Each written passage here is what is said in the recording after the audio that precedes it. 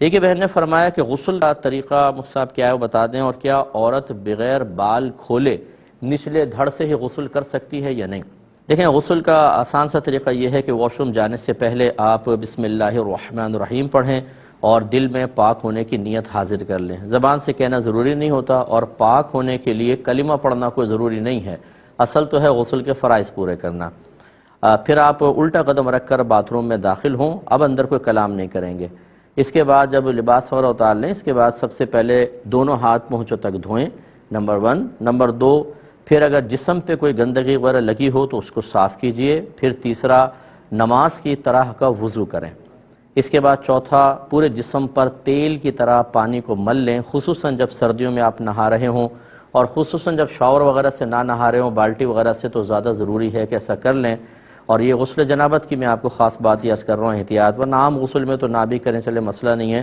تیل کی طرح پانی کو مل لیں۔ اس کے بعد پھر اپنے سیدھے کندھے پر نیچے دھڑ پر 3 مرتبہ پانی ڈالیں، پھر الٹے کندھے پر، پھر سر پر 3 مرتبہ پانی ڈال کر پورے بدن کو دھو لیں، اور آخر میں دھوتے ہوئے ملتے بھی جائیں، یہ بھی سنت کریمہ ہے، اور آخر میں پھر کسی تولیہ وغیرہ سے جسم کو صاف کر لینا بھی مستحب ہے۔ سرکار سے دونوں چیزیں ثابت ہیں، کبھی آپ نے تولیہ کو منع کر دیا اور ایسے ہی گیلے بدن پر کپڑے پہن کے تشریف لے گئے، لیکن وہاں عرب کی گرمی تھی تو یقینی سی بات ہے وہ 2 منٹ میں وہ پانی اڑ گیا۔ تو ٹھنڈے علاقوں میں اور عام علاقوں کے اندر ایسا نہ کیا جائے، بلکہ نبی کریم سے جسم مبارکہ صاف کرنا بھی ثابت ہے، تو اس سنت پر پھر عمل کریں۔ یہ غسل کمپلیٹ ہو گیا۔ اگر غسل جنابت ہے تو اس میں خاص طور پر مطلب کلی کا اہتمام، ناک میں پانی چڑھانا، جو اگرچہ وضو میں دونوں فرض پورے ہو جائیں گے، اور پورے بدن پہ اچھی طرح پانی کا بہانا، خاص طور پہ بہنیں بال گھنے ہوتے ہیں، بالوں کی ایک ایک جڑ میں پہنچنا چاہیے، کانوں کے اندر، یعنی سوراخ میں نہیں لیکن کان کے سوراخ کے باہر جتنا ظاہری حصہ ہے اس کو اچھی طرح دھونا۔ پھر اور جسم کے اندر ایسے مقامات کہ آپ کو اگر یہ گمان ہو کہ جب تک اچھی طرح اس میں پانی نہیں ڈالا جائے گا پانی پہنچے گا نہیں، یا صرف مسح ہو جائے گا، تو اب وہ آپ خود اندازہ کر لیں، ان تمام مقامات پر اچھی طریقے سے پانی پہنچانا ہوگا۔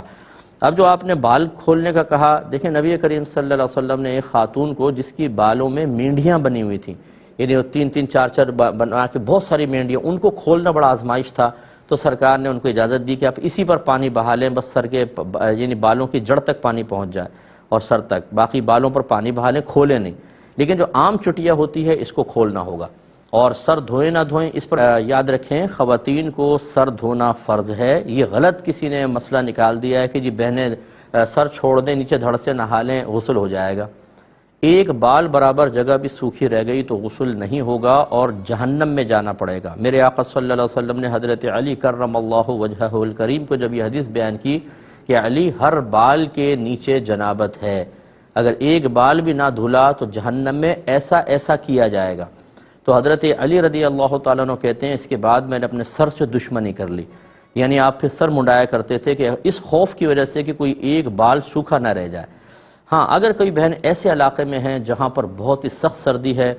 گرم پانی یوز کریں، اس کے بعد بھی فوراً ایک دم بال ٹھنڈے ہو جاتے ہیں اور شدید قسم کا نزلہ، سر کی جکڑن ہو سکتی ہے، چاہے سر کتنے ڈھک لیں تب بھی ان کے ساتھ ایسا معاملہ ہوتا ہے، وہ ہیٹر چلنے کے باوجود بھی اس کا شکار ہو جاتی ہیں۔ اگر اس قسم کی پرابلم ہے تو یہ ایک مجبوری کی صورت ہے، پھر نیچے سے نہا لیں اور اوپر سر کا اور بالوں وغیرہ کا مسح کر لیں